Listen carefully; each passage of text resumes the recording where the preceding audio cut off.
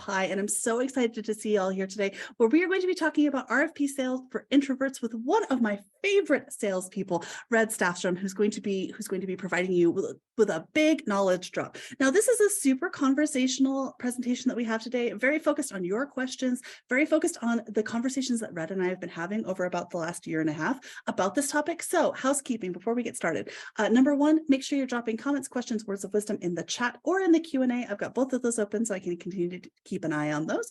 We may even bring some of you up onto the stage if you feel so inclined to ask your question in person. We are happy to have that. Otherwise, the recording for this will be available shortly after we finish. You will get an email tomorrow with the link if you feel like you want to review it. And we will also be producing this on our YouTube channel with links through our LinkedIn. So I promise you will not miss this presentation if you don't want to. So without any further ado, I am going to go ahead and stop sharing my screen because we are going to launch into a conversation. I'll hand it over to Red to introduce yourself. Hey, so for those of you guys who don't know me, Red Staffstrom, I'm the founder of Broken Salespeople. To kind of give you guys a background, I've been doing sales for about 20 years now, and I've done all the sales jobs that people hate doing. I've done door-to-door, I've done call centers, I've done car sales, and I've done it until the point where I hit a full-blown mental breakdown. I started to have panic attacks, really just wasn't good. There's a joke that says like, oh, I didn't cry like a baby. I cried like a grown man. Babies don't have the lung capacity to make the sounds that I did. And that was very, very accurate to the way things went at that point. After that happened, I started rebuilding everything that I knew about sales, and I stopped looking at sales books in order to do it. What I started looking at is psychology, neurology, sociology, all of those different things, anthropology. I talk about the Dunbar Principle a lot, but really understanding humans as opposed to understanding sales processes. And what I realized is how broken sales is. Everything that we teach our salespeople in many cases is wrong. It was based off of highly charismatic extroverts in the past who just sold a bill of goods and told businesses something like, oh, all you have to do is teach them closing techniques and everything will be magical. Those are the issues that we're kind of going across. So what I do now is I'm a writer. I'm working on my second book. My first book, The Introvert Sales Survival Manual, it's actually free until Friday as an ebook on Amazon now. But it's really about making sales an emotionally healthy place, avoiding burnout and avoiding employee churn, and stop making it so that customers run away every time we make a phone call.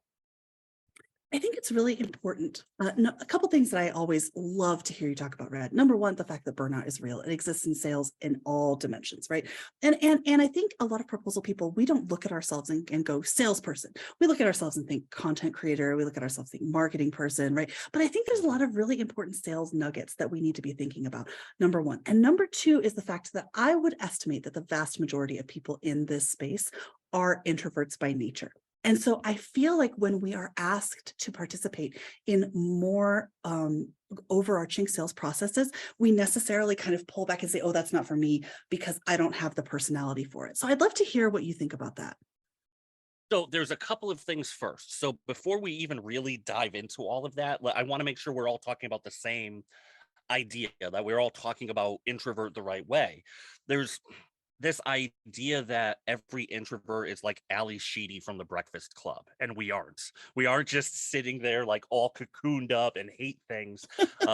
You can learn social skills as an introvert the same way you can learn to play basketball. It's a skill set that you can develop and learn. It may not be the most comfortable thing in the world, the same way team sports may not be the most comfortable for introverts, but you can learn it, you can overcome it the same way I've had to. I have to learn, I have mechanisms on how to make small talk. I have strategies in order, okay, family and friends, occupation, recreation, dreams, school, and sports. I've had to learn those things. So that's the first thing. The real definition of an introvert, going back to Carl Jung, is that introverts recharge by being alone, with introspective thinking. Extroverts recharge by being out with people.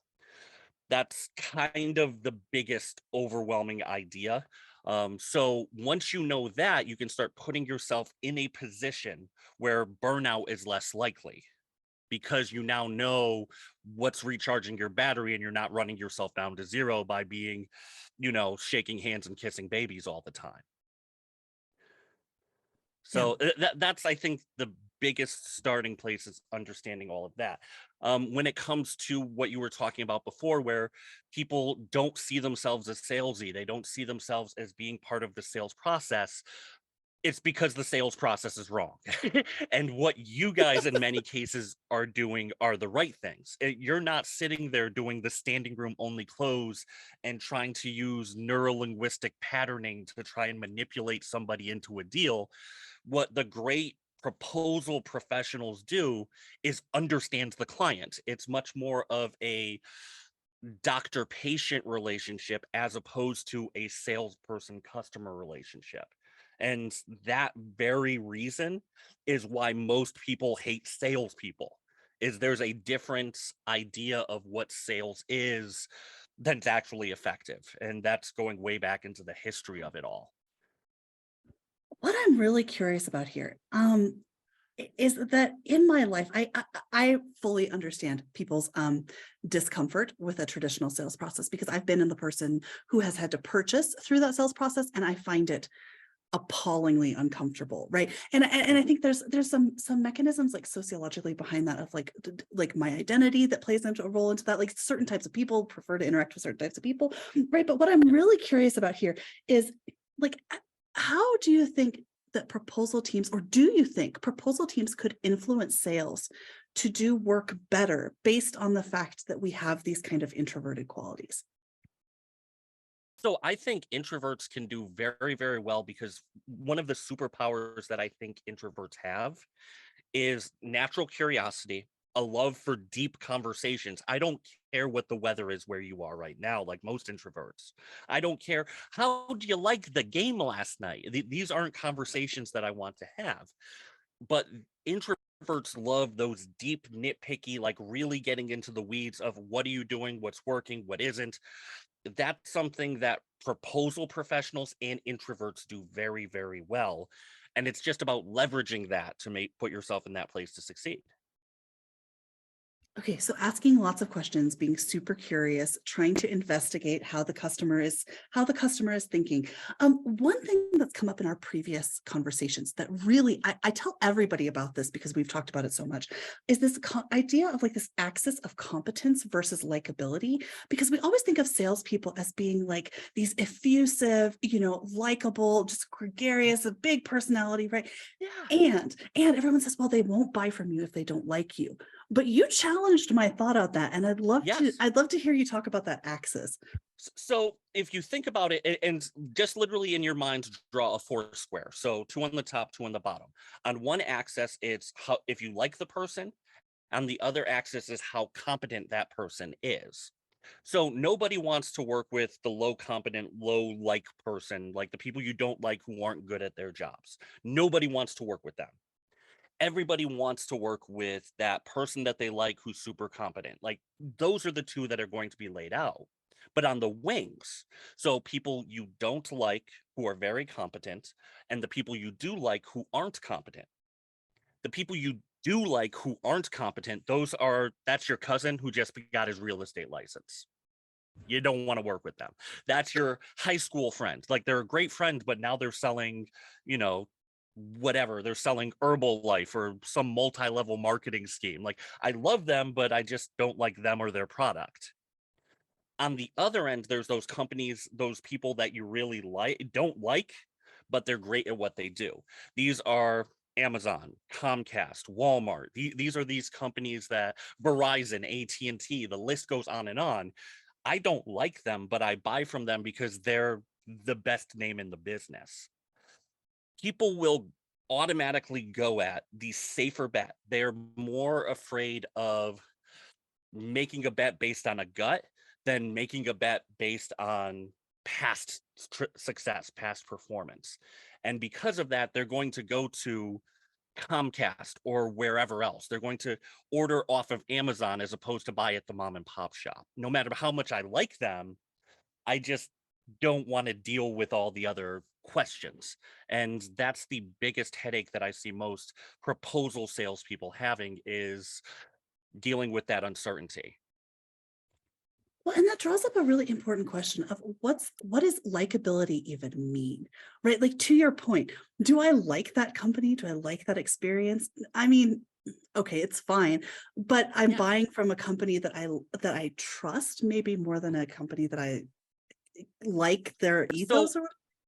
yeah, the great definition that I found, and it's very much tied to trust in my mind. Mhm. So trust is the equation that I like to use. It comes from Stephen Covey, I believe.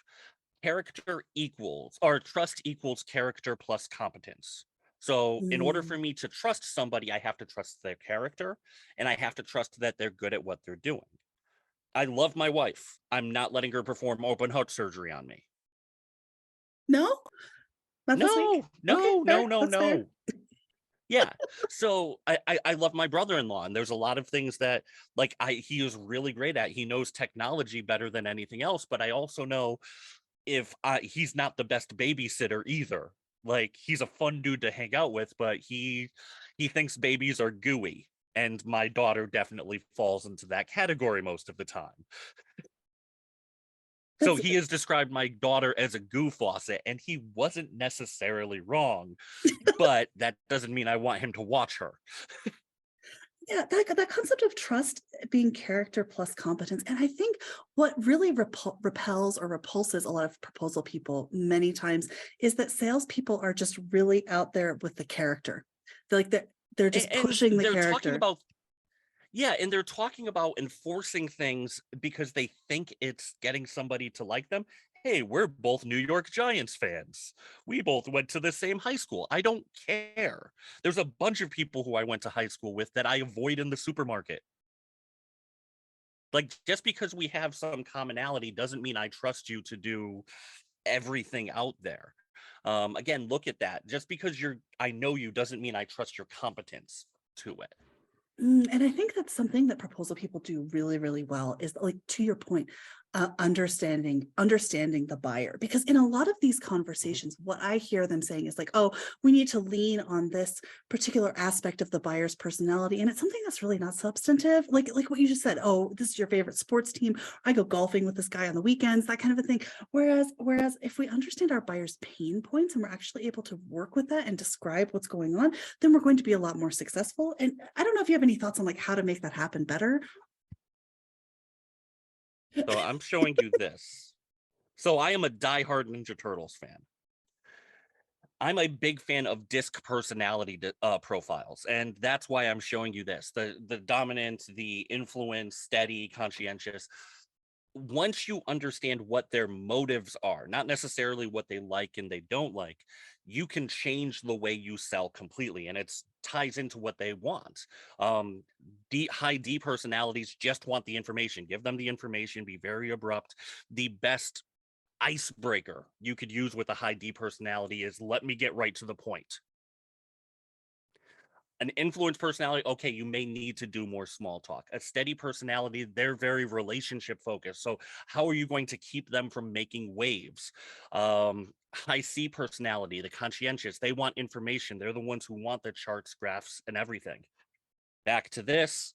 Raph is a high D personality. Mikey is a high I. Leo is a high S. Donnie is a high C. I absolutely love that. Okay, slight departure. Which Ninja Turtle are you? So I am actually a little bit of an abnormality. I am I admire Leo the most, but I'm most like Raph. I'm kind of the bulldozer in many cases. And it's actually, when the disc was created, the D and I were actually described as extrovert, which is almost a misnomer because it's more back to that Ali Sheedy idea. I am a high D introvert, which makes me about 1 of 3% of the population. Like, I'm a minority in many cases. I'm also an Fascinating. INTJ for those of you guys who follow the Myers-Briggs. Are we exactly opposite? Because I'm We could be. ESFP. But on the same note, that also works really well from a, like, any relationships work well when people are the opposites, as long as they get along, because we Fair. kind of dovetail in really well. Yeah, Nora says INTJ for the win. Yes. Okay. All Yes. right. Yes, us borderline sociopaths. Hey, yeah, I'm getting a lot out of this from you. I would like to say personally that as far as Ninja Turtles go, I relate mostly to Donatello and Michelangelo, but probably more Yep. Michelangelo because the pizza thing. I mean, like, Yeah.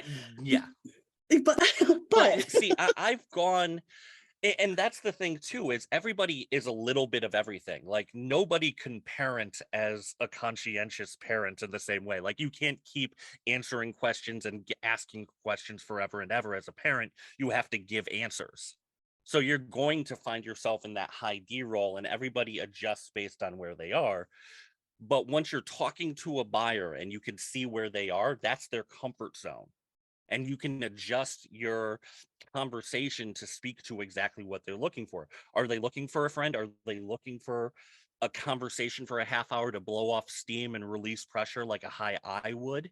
You can adjust with that and speak to whoever you're talking to, and once you know what that motivation is. so as introverts, like what are our superpowers when we get in front of a client or when we're coaching a salesperson? Like what are some actionable steps that I can take as somebody who is, who happens to be more introverted to be able to either access that client information or to inspire the salesperson to do the same thing?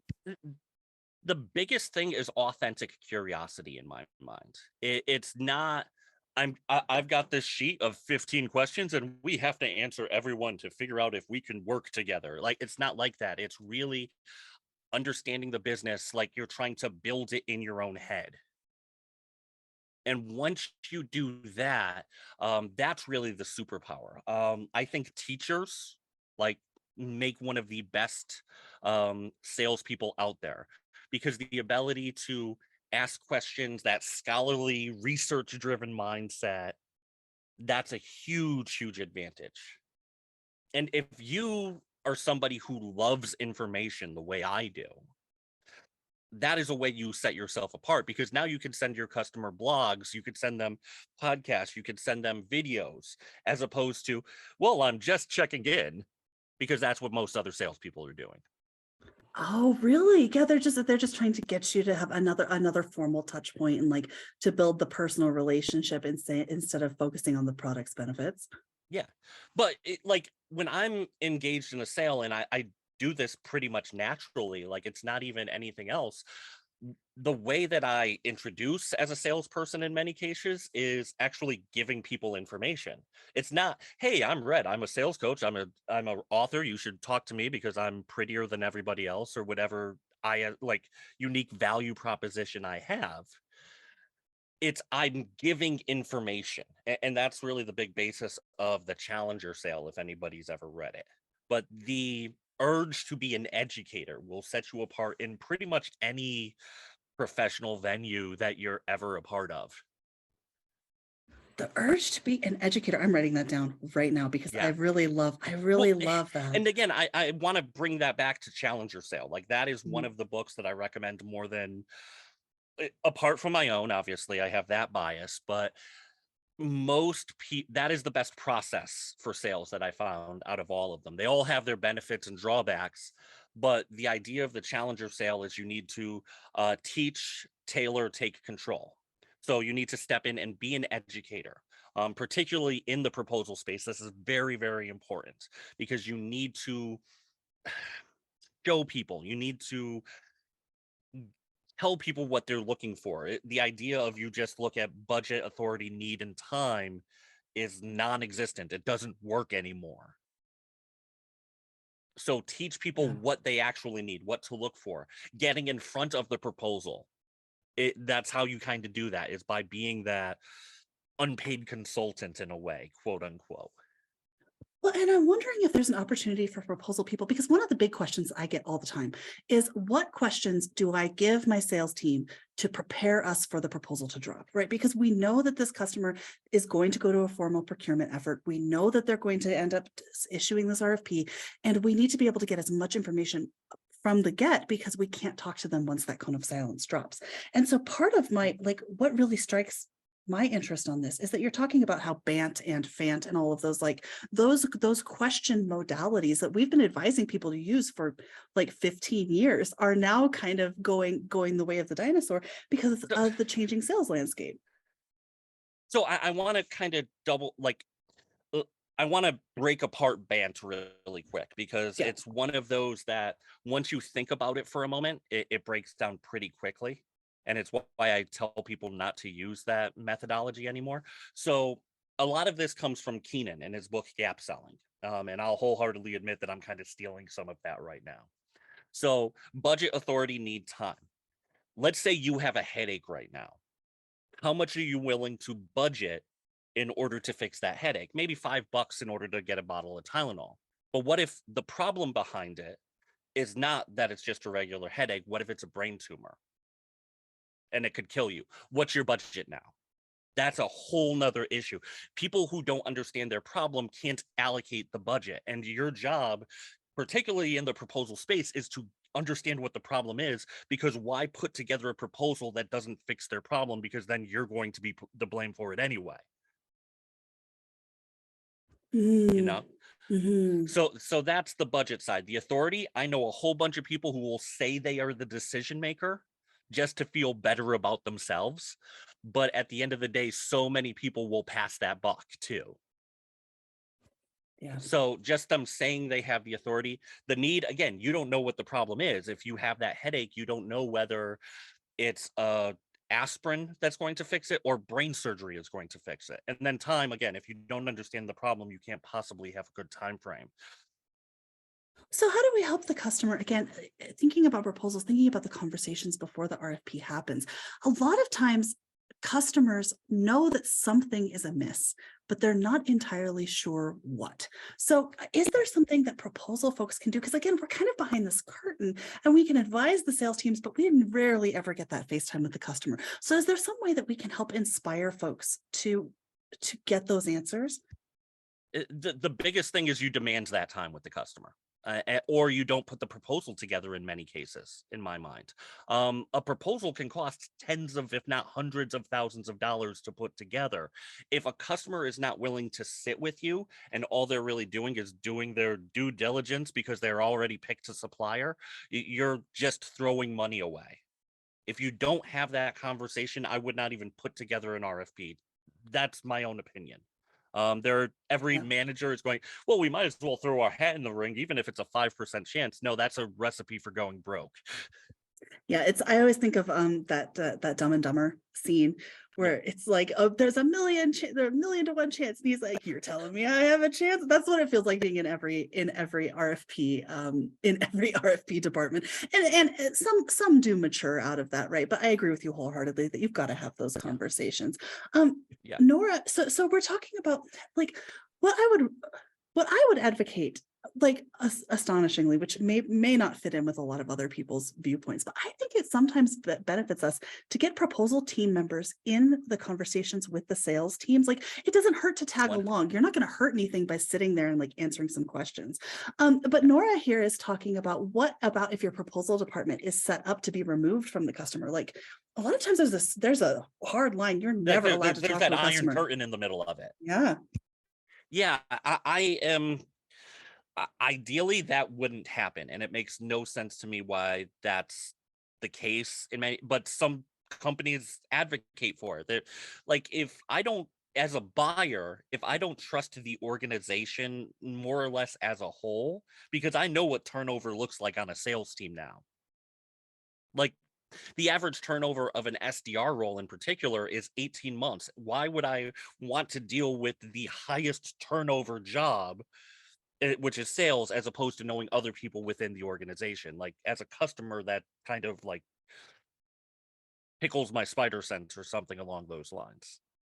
Right. Like sales has nearly triple the turnover of the average US work position. It's 35 versus 13%. So if you're trying to offer a great customer experience with your highest turnover personnel, you should talk to somebody about that. That doesn't make a lot of sense to me.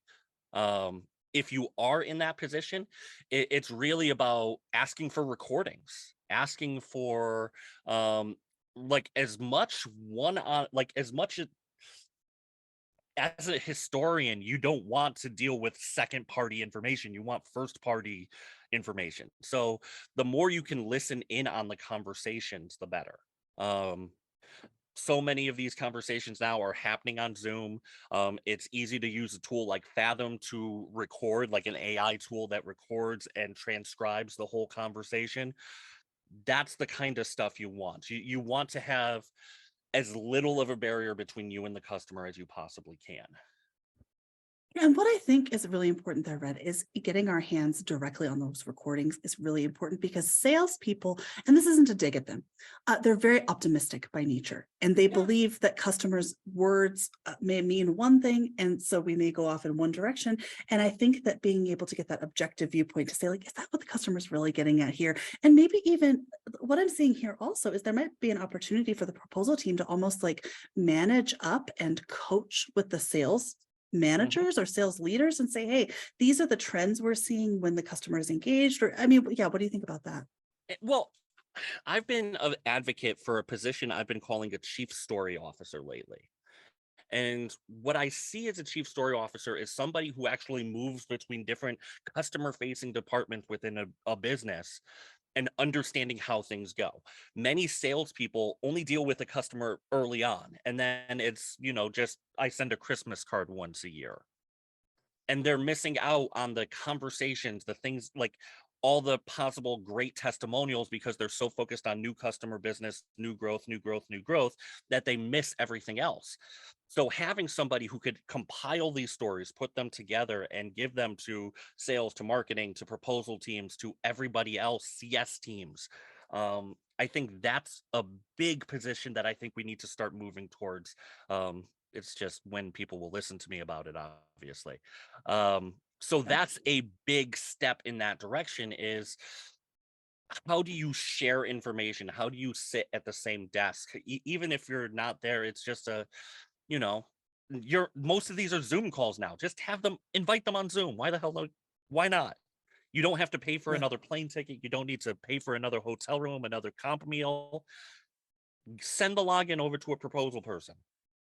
Well, and there's a lot of fear that I've encountered in the past Oh because yeah. I've asked to be included in sales efforts. And I'm not like going to go narc on someone. You know what I mean? Like, oh, No. you didn't follow the exact, because I don't know what your sales playbook looks like. Like, I'm not here for that. What I would like to do is just provide that zipper effect of saying, like, not only do you get to know someone else in the company, but now I also get that firsthand information. And if there's something really important that I feel like we need to address in the proposal, I can ask that. Well, and on average, you're talking about 6.8 stakeholders in every deal. Odds are there is somebody who is very nuts and bolts, very Donatello-ish on the other side of the table. So having another Donatello on your side of the table to compare notes with is a benefit. Why are you sending one person against seven? It makes no sense to me. Yeah, and in the tech space, we often think of a solutions consultant maybe filling that role, Mhm. which solutions consultants like. So for those of you who aren't familiar with that, it's the type of person who demonstrates the software to whoever's. Yeah, I mean, they do a lot of other stuff too, but they also Yeah. demonstrate the software. So like they're like the expert on whatever platform or tool that we're presenting. And I think that there's an opportunity in software for that to be the case, but also in a lot of other industries where we can say like, hey, proposal person can oftentimes serve that role because we're really well versed in understanding what the product can do. This is an interesting conclusion that we're Well, drawing. and as a salesperson, I know, like I sold a CRM myself. I knew that I wasn't the person who can talk about loading CSV files and how do you do this, how do you do this. I can tell you what it needs to do, how you'll use it, and what you won't use. Like my role when I was selling that software was to understand what the client needed and how it would fit. I don't need to know every mouse click that goes along with it. So that's a great way to look at it. If you're selling a software solution, your proposal team will know every click. The salesperson is there to say, this is what we're going to use. This is the strategy. It's, you know, they don't need to know they don't need to explain the plaster process when you're selling a house. And this is how they covered all the drywall screws. Yeah. But you Yeah. do need to show that, like, you do want somebody around who could explain, okay, here's how we put in the heating system. Well, that's really important for proposal people to know, like what you just described, because I feel like a lot of times we get really frustrated and we say like, okay, I'm the introvert again, or I'm the person who doesn't have that customer contact. I'm kind of like behind the curtain. I work behind the Mhm. scenes as a support role, software or salesperson. Why don't you understand everything about our product? But like the salesperson understands how to sell. They're not an expert on the product, but we can be consultative in that way Mhm. as well. Is that what I'm hearing? And and for me, the biggest kiss of death in almost every sale that I've done is a salesperson over explaining things. Mhm, It's mhm. some of the best salespeople I know, I barely trusted to cross the street. And I will say that they were complete idiots. Like Fair. the term that's coming to mind, I'm thinking of this guy, Ronnie, a himbo. He's a himbo. Yeah, but But he the but he knew how reason to he was sell. so but he knew how to sell because he took the time, he really understood people, he was friendly with them. Okay, here's what you need, here's what you don't. It was a very consultative process, but he was still a himbo. Like, to give you a story about him, this was when I was selling cars.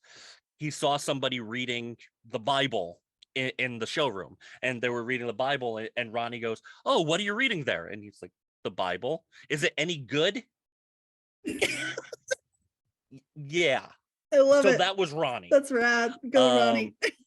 yeah. So that's kind of like, you don't need to be this brilliant master of the universe, understand C sharp code to sell. You need to authentically understand the customer and be able to Mhm. point them towards whatever it is, whatever solution they need. Really a profound nugget for our proposal teams as well, because I think we have this tendency, like what you're describing, over explaining verbally. We probably also over explain because, again, we have those of us who are in this field are information focused. We love the details, Mhm. we love the nuts and bolts. Like that's the kind of person who's drawn to this work, right? And I think that we have to kind of overcome some of those tendencies in order to be successful as salespeople, right? And in sales, there's the longer the email, the less effective it's going to be. Like, you really need to be direct to the point, like, okay, here's why I think, here's what I think, here's why I think that, done. If I write a email that's longer than 2 or 3 paragraphs nowadays, it's starting to become problematic. Oh, and that's So, but in the yeah. proposal space, you absolutely need those details. So understanding when to be, keep it short and simple, keep it long and lengthy. When do you kiss versus kill? So many great nuggets to put on our YouTube page from this. Just, what, fuck Mary Kill. We could talk about that too. Like, I've already done kiss kill, so we might as well just go full born. Yeah, we're a little bit more PG rated than that. But I do appreciate, like, I do really think that there is something to be said about this concept of like paring down um the information and really just taking the time to understand your buyer. And a lot of times we say understand your buyer, but like what does that really even mean? And for salespeople to be able to get out there and say like, okay, these are the questions that I'm going to ask, or these are the approaches that I'm going to take, even though I don't usually get my like recharge from being around people. Like, how can I be mindful of this? I think this is really spectacular advice. I think also what I'm hearing. To Oh, kind go of ahead. jump on that point, like, Yeah. understand your customer, I think this is a major problem that so many organizations have, because they haven't fleshed out their ideal customer profile. They really, and when they do, they don't disseminate it to the whole organization. I think everybody should know the ICP, that person should have a name. Like, I want you to treat your ideal customer profile like your invisible best friend in every customer facing role out there, so that you can, when you say understand your customer, like, what does Susan like to go out, like, where does she want to go out for dinner on Friday?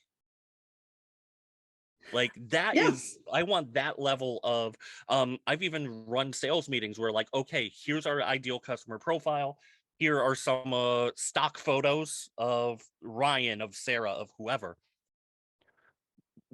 What companies do they like? Where do they buy? What house do they like? What kind of house did they grow up in? The more you know them as a person, the more, like, what cartoons did they watch growing up? Everything about that.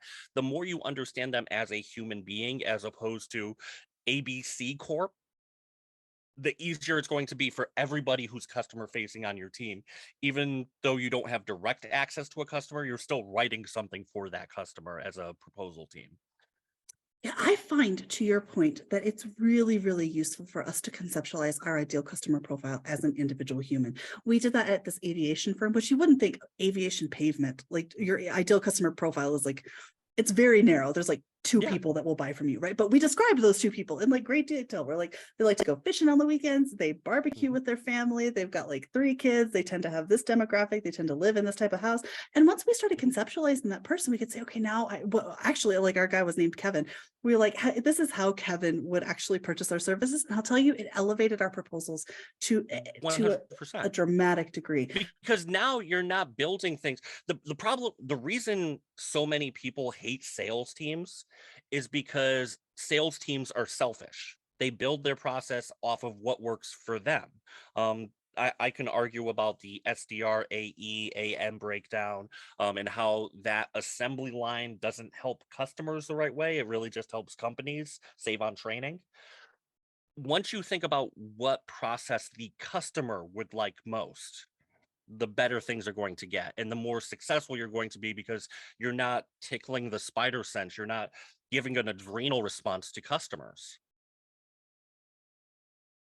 Yeah, and that's particularly crucial for proposal teams to advocate for better processes, because we win Mhm. work when those better processes exist. It's vital to our success. Some industries you can win cold, like I'm in one right now where you kind of can. It's Yeah. very rare though, and I think that if we have a stronger understanding, and this is why I just want to like explain, why we wanted to have like a hardcore salesperson come in and talk today, is because not only do you talk about introversion, which is like highly relevant to who we Yeah. are, but also because if you understand how salespeople operate, you can help support them and make the whole system better, even as just like our one little cog in the machine, right?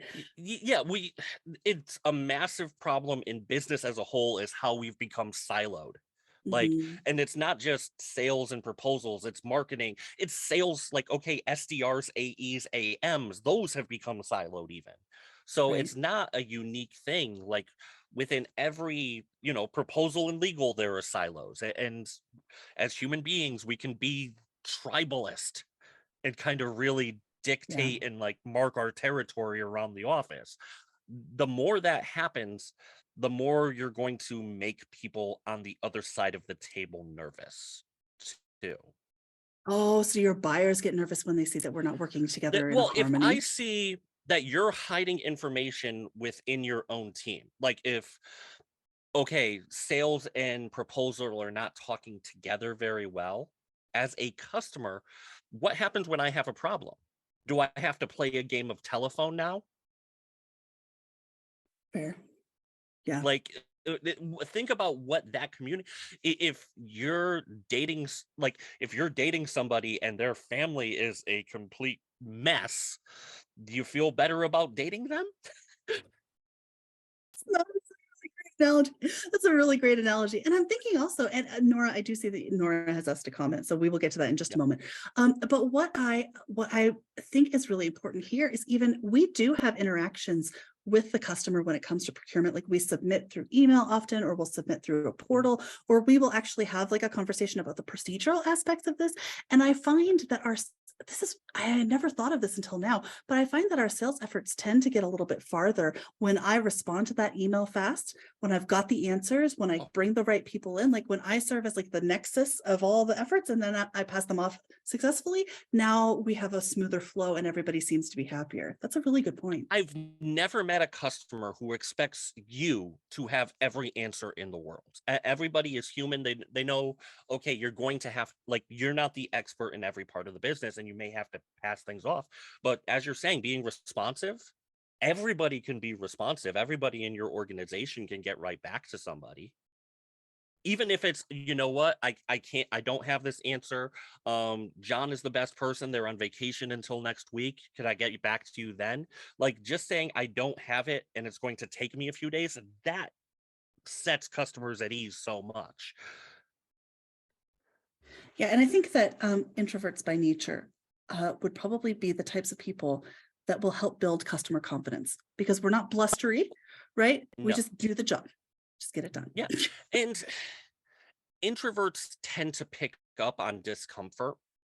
Like, I have really come to realize that almost every issue that I see in sales comes from salespeople trying to leverage negative emotion, the fear, uncertainty, doubt. Like, they're really trying to push those buttons over and over again, and it triggers an adrenaline response, a fight, flight, freeze. Fight, they start throwing a bunch of objections at you. They start asking for a price cut, like start becoming combative. Flight, they just ghost you. Or freeze, let me think about it. These are what happens when you make people feel uncomfortable. And that's the responsibility of everybody in the organization, sales, proposal, marketing, CS, everybody is responsible for making sure that customer isn't, that spider sense doesn't start tingling. Oh, okay. Okay. This is choice. I'm absolutely loving our conversation. And I want to pause really quick to ask Nora's question here. What would you recommend to proposal managers who are removed from customers? Absolutely have to do the RFP, but you get a blank stare when you ask the salesperson what's driving the RFP or what the pain points are. We've all been there. So I'm excited to hear what you have to say. So if the salesperson can't articulate it, that's a problem with the salesperson. And that's a real blunt conversation that they have. If as a salesperson, as an organization, as anything, if I cannot solve a problem for a client, I do not deserve a sale, period. If you cannot speak to the problem that they are having, the hot button, what's actually bothering them about their current situation, you do not deserve a sale, no matter how well put together the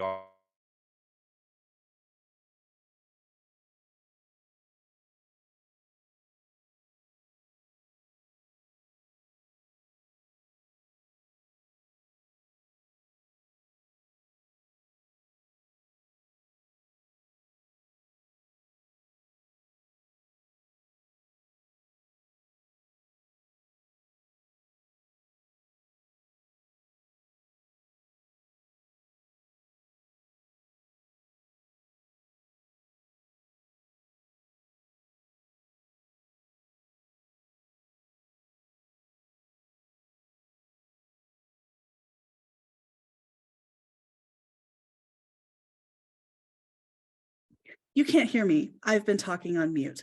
Great. This is fine. Everything's fine. I'm sure Red will be right back. But what I will say really quick is that I think there is something really important to report back to sales leadership. So Nora, if I'm in your situation, what I would do is I would track, like, this is how you make change in any organization from my perspective. Track how often it happens and track how many you win versus how many you don't win, and say, well, okay, does it actually make sense that if we know more about the customer, that we're more likely to succeed on the proposal. So yeah, I think it's absolutely critical. And some of what Red has been talking about here that's been so exciting and so very useful, in my opinion, is just the fact that the landscape is changing. The sales landscape is changing. Like, people aren't sitting here and saying, oh, I know that guy, so I'm going to buy from him, or, oh, I know that company, I'm going to buy from them. Like, it's a green field at this point. And I think there's just a lot that introverts have to offer in our space to provide us with that winning approach. We are going to take just a second here to wait for Red. In the meantime, any other comments or questions? I would absolutely love to hear what it's been like for you to be an introvert in a sales environment, or I would love to hear how your experiences have gone trying to relate to extroverts and bring them into a little bit more maybe relaxed state, or like to moderate or modulate their approaches as well. Because again, I know that a lot of us are in that introvert space and don't necessarily prefer to have the customer facing conversations. So if you've got any, there we go. There's Red. I stalled for you, friend. We got it. Oh, you are on mute though.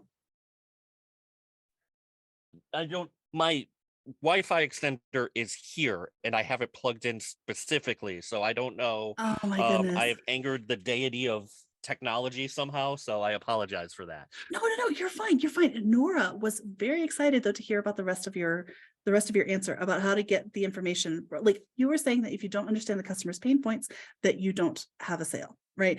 Yep. So can we, yeah, how do we dive into that a little bit deeper? So the best way to get it is by actually, again, if we could dissolve that curtain between sales and proposal, that's the ideal. Um, Another great framework that I'm a big fan of comes from Neil Rackham. It's spin selling. So situation, problem, implication, need, payoff. That's the way I teach a lot of salespeople to kind of structure what they're doing.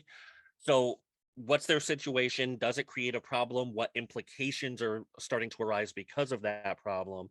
And how do we solve it? The need payoff. If you do not show a solution to it, you're trying to sell based on fear, and you're right back to that spider sense going off. Mm. What I've seen happen in a lot of situations as well is that when the salesperson comes to us and they don't have this information, now all of a sudden the proposal team is responsible for going out and finding it through online sources Yes. or going through city council meeting notes or whatever it is. And I will say that I think if we put that responsibility back on the salesperson and say, okay, that's fine Yeah. if you haven't had a customer conversation, but what I need you to do now that that cone of silence has descended, it's time for you to go and do some research if you really want to pursue this Yeah. deal. So there's, it's not like the answer has to be no, but if they're not willing to do that research, then we're definitely not going to do the work, right? Yeah. No, like there's a, like, if you don't have a why they're interested in the proposal, what, like, don't put together the proposal. Like, if you don't know the who, how, why, what, like that kind of stuff, don't put it together. Like, you need that stuff before you can even start typing anything. Yeah, and there's a lot of old school salespeople and like capture management types that really get this. And there's a Mhm. lot that are still really leaning on those customer, like that likability factor. And I just think that that's gonna end soon. Well, it already has. Like I mentioned, the Challenger sale before, the Teach, Tailor, Take Control. Well, a lot of that research, when Matt Dixon did that in about 10 years ago, he found that there are 5 profiles of salespeople out there. There's the Challenger, which obviously they're partial to given the concept of the book, um, the hard worker, the lone wolf, the relationship builder, and one other that I can't remember right off the top of my head. What they found is the least likely person to be a top performer is actually the relationship builder. And what sucks about that is that's the way so many sales teams are built, is they want those, hail fellow well met kind of personalities, those gregarious guy at the end of the bar. They're friends with everybody. No, that's, is a salesperson, it's my job to push back and ask the hard questions. It's not to, walk through like Mickey Mouse or like, shake hands and kiss babies with everybody. It's Yeah. to get to the root of the problem. And if that's uncomfortable and I have to kind of poke it where it hurts, then that's my job. Mm. Yeah.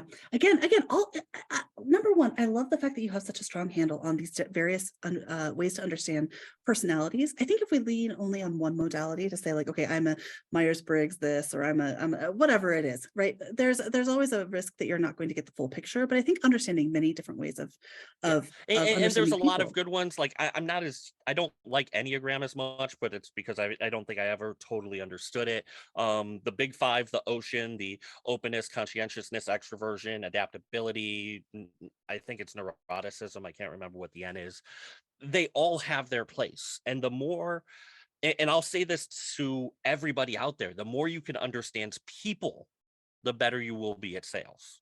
It's not the more you understand closing statements, the more you understand objection handling. No, it's about how well you understand people. That's what's going to set everybody apart. Yeah, and it's not meeting those numbers. It's this is a No. service position where we're trying to get the right tools into the right people's hands so their lives can be better. And I think we lose sight of that all the time, right? Like, Well, and the idea of just chasing numbers is a flawed concept to begin with. Like, well, if you make 50 calls a day and you make 1 sale a month, then if you did 100 calls a day, wink wink, nudge nudge, make 150 calls. Like that's the way so yep. many people try to manage, not understanding the effort that you need to understand people. I mentioned it before. I'll go back to the idea of anthropology. One of my favorite ideas is the Dunbar Principle. And Robin Dunbar, who came up with it, says you could have about 150 close relationships. And that's kind of the limit that everybody has. And that's the way we've evolved. Our societies started in small towns with about 150. That's about where it capped out. Any more than that, you start to strain it. Yet, so many sales teams, and I'm going to kind of build that empathy, salespeople are responsible for balancing and juggling hundreds of close relationships at any given time. And we're wondering why people are burning out at the rate they are. You know, if you have to make even 20 phone calls a day, that you're at your 100 by the end of the week already. And that's not counting friends, family, college roommates, anything like that. Wow. So to keep that in mind, like how we're trying to force this expansion on salespeople because we're just KPI factors now. Just more calls, more emails, more outreach, more everything. Rather than do that, it's about a fewer number of people that you're close to and deeper relationships. That's what's going to set you apart in the business world. And guess what? Introverts are key to that. Less people, deeper relationships. Those 4 best friends that you have, start thinking of sales the exact same way. I think that it's so important, and we are nearing our end of our time. So I think this is probably going to be like the last point that we make. But I think it's so important to understand how salespeople are the pressures that are put on them, right? Because they are encouraged, to your point, to cast that wide net. And then for RFPs, you have to dive deep. And I always see, and it makes me feel really like I feel sad for folks because I see them trying to switch over in their brains. And it's just like, because they're spending all day doing this other stuff, and making that transition is just really tough for them. You know? So my daughter is 2.5 years old and she has autism. And I have to go and jump back and forth from very complex thought, like what we've been doing, to, is that purple? Do you like that, Flinny? Like, and I'm literally jumping back and forth between my frontal cortex, this very highly logical place of my brain, to the like the limbic system, very emotional part of my brain, and I'm moving the calories back and forth. And to go from highly logical to highly emotional to highly, it's a stress, it's a burden to do. So understand that, like, if you're upset that a salesperson isn't speaking your language, so to speak, that they're not logical or don't know all the details, it's because they had to be in that emotional brain with that client. Great explanation. Yeah, I think there's something to be said, even in the most challenging procurement efforts, for us to have some sympathy. We may not exactly understand what it's like to be down in the trenches with folks, but we can absolutely say, like, I understand that your brain is probably doing some different stuff than what mine is right now. And so, like, how do we work together? What I would love to do is summarize here. What I've heard from you so far is that introverts really excel in the following things. We're great at building relationships, strongly curious with an information focus, tend to be like pretty honest about what we're bringing to the table, help inspire and build customer confidence, and really develop those deep relationships that help bring an understanding of the personality. That sounds like what introverts can really knock out of the park. Is there anything that we miss here? 100%. I mean, the big thing is, like, I also want to say, don't treat this as like we're taking 8 billion people, 9 billion people on the planet and dipping them into 2 pools. So don't take this as gospel. There's a spectrum to it the same way as everything else. What I will say more than anything else is understand the way you recharge to prevent burnout. If you don't have a good grasp of that recharging process, if you don't know how to plug yourself in, that's going to be the biggest hurdle you have to overcome with anything. Like for you, I know it's weightlifting, all of that stuff. If you don't have that recharge and you don't prioritize it, and that goes for everybody everywhere, you're going to be in trouble. Yeah, we talk about burnout a lot in this community, so that is absolutely welcome. Thank you Yeah. thank you for that. And this has been really inspiring to hear how introverts, because people often get discounted or like put to the side, like, oh, you don't really have a place in sales. And I really love the fact that you're bringing that message to folks.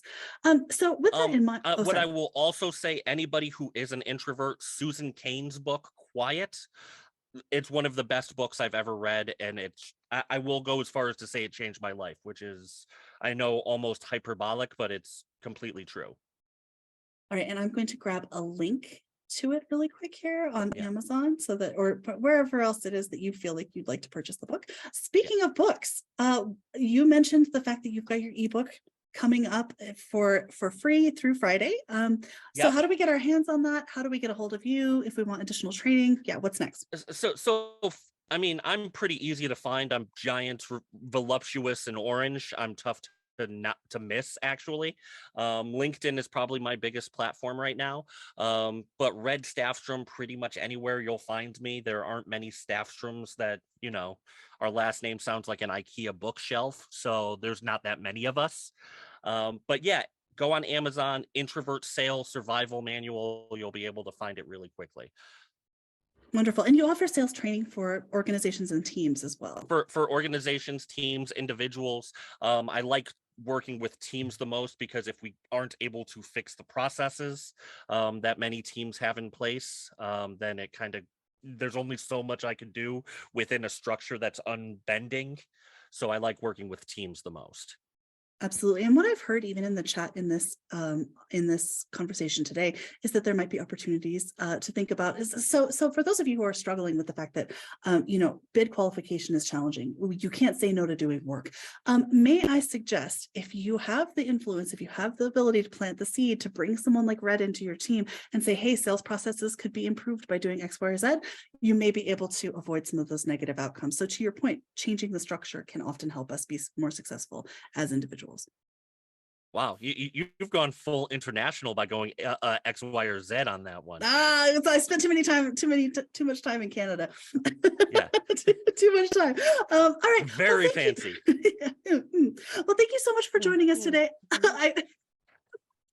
I wish you so much luck in the future. Red is a great person to reach out to, y'all. So I highly recommend, speaking of those 150 people that we want to build relationships with, Red's one of those people. Get in there, check out his resources, check out the website, and don't be shy. Always reach out to us on proposalindustryexperts.com as well. And we will see you in the next Wednesday seminar. It was great having you today, friends. Absolutely, anytime.